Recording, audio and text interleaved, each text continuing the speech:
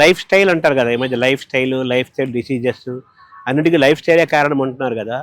అసలు Kopparapu life style ఎలా ఉంటుందో ఒకసారి తెలుసుకుందాం. తప్పనిసరిగా తెలుసుకోవాలి. ఎందుకంటే ప్రపంచంలో మనిషి మేధకి అంటే హ్యూమన్ బ్రెయిన్కి ఎంత పవర్ ఉంటుందో అని చెప్పడానికి the best and highest example Kopparapu కవులు. వాళ్ళ ధారణ అంటే వాళ్ళ జ్ఞాపక శక్తి, వాళ్ళ గ్రాహ్య శక్తి అంటే గ్రాస్పింగ్ పవరు, వాళ్ళ ప్రజెంటేషను, వాళ్ళ కమ్యూనికేషన్ స్కిల్స్ ప్రపంచంలో ఎవరికీ ఉండవని చెప్పచ్చు. అద్భుతంగా కవిత్వంలో చెప్పిన వాళ్ళు కొప్పరపు కవులు. Brain very powerful. అంత పవర్ఫుల్ బ్రెయిన్ ఉండడానికి కారణం ఏంటి, వాళ్ళ జీవనశైలి ఏంటంటే వాళ్ళు ప్రతిరోజు తెల్లవారుజామున 3 గంటలకే తొలిజామున లేస్తారు. లేచి గంట సేపు కర్రసాం చేస్తారు. తర్వాత యోగాసనాలు, సూర్య నమస్కారాలు, వ్యాయామం చేస్తారు. అది అయిన తర్వాత స్నానం చేసి సహస్ర గాయత్రి, సహస్ర పంచాక్షరి చదువుతారు. అది అయిన తర్వాత అప్పుడు కవిత్వానికి ఉపక్రమిస్తారు. అన్నదమ్ములు అలా మొదలై లేచి నడుచుకుంటూ ఇద్దరు పద్యాల్లోనే మాట్లాడుకుంటూ ఆ దగ్గరలోనే వాళ్ళ ఊరు కొప్పరంలో కోదండ రామాలయం ఉంటుంది. అలా నడుచుకుంటూ వెళ్ళి ఆ రామాలయంలో వాళ్ళు సాధన చేస్తారు.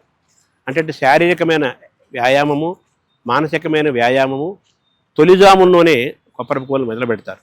స్వామి వివేకానంద అన్నట్టుగా మెంటల్ ఫిట్నెస్, ఫిజికల్ ఫిట్నెస్కి కొప్పరపు కవులు అది బెస్ట్ ఎగ్జాంపుల్స్ అనమాట. లేచి ఆ రామాలయంకి వెళ్ళి అక్కడ ఆసుగా పద్యాలు చెప్పటము, ధారణ చేయటము, ఇవన్నీ అన్నయ్య తమ్ముడు ఇద్దరు అద్భుతమైన సాధన చేస్తుంటారు. కోదండ రామాలయంలో కొప్పరపు కవులు సాధన చేస్తుంటే, తెల్లవారుజామున లేచి వాళ్ళు వ్యాయామం చేస్తుంటే, యోగాసనాలు సాధన చేస్తుంటే, కర్రసాము చేస్తుంటే, ఆసువుగా పద్యాలు ప్రాక్టీస్ చేస్తుంటే సూచన వాళ్ళు ధన్యులు. ఇది ఎప్పుడూ నేను చెబుతాను, 110 ఏళ్ళు 120 ఏళ్ల నాటి సంఘటన చెబుతున్నాను ఈరోజు. అలా ఆసువుగా పద్యాలు చెప్పటం, అవధానం, సమస్యలు పూరించడం మన ఇద్దరు అన్నదమ్ములు చేసుకుంటూ ఉండేవాళ్ళు. వాళ్ళకి ఎన్ని సత్కారాలు జరిగాయో, ఎన్ని బిరుదులు వచ్చాయో, ఎంత నగదు వచ్చిందో, ఎన్ని బంగారు ఆభరణాలు వాళ్ళ ఇంటికి చేరాయో లెక్కే లేదు. ఎవరో అడిగారు, ఏమిటండి మీ వైభవం ఏంటి, ఇంత వైభవం ఏంటి మీకంటే వాళ్ళు ఏమన్నారంటే, ఇక్కడ మళ్ళీ వినయమే చెప్పుకోవాలి. విద్యా దదాతి వినయం అంటారు. ఎంత వినయం ఉంటే విద్య అంత పెరుగుతుంది. విద్య పెరగటం అంటే విద్య పెరిగే కొద్దీ వినయం పెరగాలి, వినయం పెరిగే కొద్దీ విద్య పెరుగుతుందని మనం కొప్పరపు కవుల నుంచి నేర్చుకోవాలి. ఏ అంబ బిరుదంబు నిప్పించే తొలిదల్త మణికొండ భూపాల మౌలి చేత, ఏ తల్లి జయగంటి కాదుల నిప్పించే మద్రాసు బుధ శిరోమణుల చేత, ఏ తల్లి 1000 నీరులిప్పించే ఘటికాద్వైని పీఠికా పురాధీసు చేత, ఏ మాత జయకేతు వెత్తంగా పతకంబులిప్పించే పోలవరీసు చేత, ఏ ప్రసువు భుజగేంద్రాది సుప్రసిద్ధ నృపులచే జయబిరుదాదులియజేసే, అట్టి మధుపాస్య శ్రీ శివాభ్యాస్య నేడు కూర్మితలు కొత్త జయమన గూర్చుగాత. ఎలా చెప్పారంటే, ఏ అంబ బిరుదమ్ము నిప్పించే తొలిదల్త మణికొండ భూపాల మౌళి చేత. మణికొండ సంస్థానం తెలంగాణలో ఉంటుంది. కొప్పరపు కవులకి 14-15 ఏళ్ల వయసులో నరసరావుపేట నుంచి మణికొండకు ఆహ్వానించి తాటిరెడ్డి గోపాలరెడ్డి గారు మొట్టమొదటిసారిగా కొప్పరపు కవులకి బాల సరస్వతి అని బిరుదునిచ్చారు.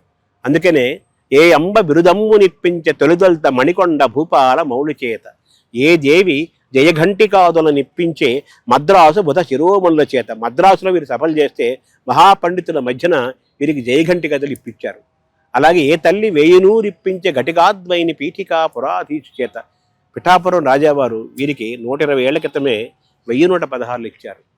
అలాగే రాజా మంతెబడి భుజంగరావు బహద్దూర్ వీళ్ళందరూ కూడా కొప్పరపు కవుల్ని అద్భుతంగా సత్కరించారు. ఏ అంబ బిరుదమ్ము నిప్పించే తొలిదల్త మణికొండ భూపాల మౌలి చేత, ఏ దేవి జయఘంటికాదుల నిప్పించే మద్రాసు బుధ శిరోమణుల చేత, ఏ తల్లి 1000 నూర్లిప్పించే ఘటికాద్వైని పీఠికా పురాధీసు చేత, ఏ మాత జయకేతు వ్యక్తంగా పతకంబులిప్పించే పోలనరేసు చేత. పోలవరేసులు అంటే లక్కవరం జమీందారు రాజా, పోలవరం జమీందారు రాజా కొచ్చెలకోట వెంకటకృష్ణారావు. ఆయన కూడా ఎన్నో పథకాలు ఇచ్చారు. ఏ తల్లి 1000 నూర్లిప్పించే ఘటికాద్వైని పీఠికా పురాధీసు చేత, ఏ మాత జయకేతు వ్యక్తంగా పతకంబులిప్పించే పోలవరేసు చేత, ఏ ప్రసివు భుజగేంద్రాది సుప్రసిద్ధ నృపులచే జయబిరుదాదులు ఇయజేసే. భుజగేంద్రాది అంటే రాజా మంతిబడి భుజంగరావు బహద్దూర్, ఇప్పుడు చెప్పా కదా లక్కవరం జమీందారు వారు. ఇలా వీళ్ళందరూ ఇలా జరిగిందంటే ఏ అంబ, ఏ తల్లి, ఏ మాత అని అంతా అమ్మవారి కరుణ, అమ్మవారి దయాప్రసాదం అని చెప్పుకున్న అమ్మవారి యొక్క ఉపాసకులు, దుర్గాదేవి ఉపాసకులు కొప్పరపు కవులు. నమస్కారం.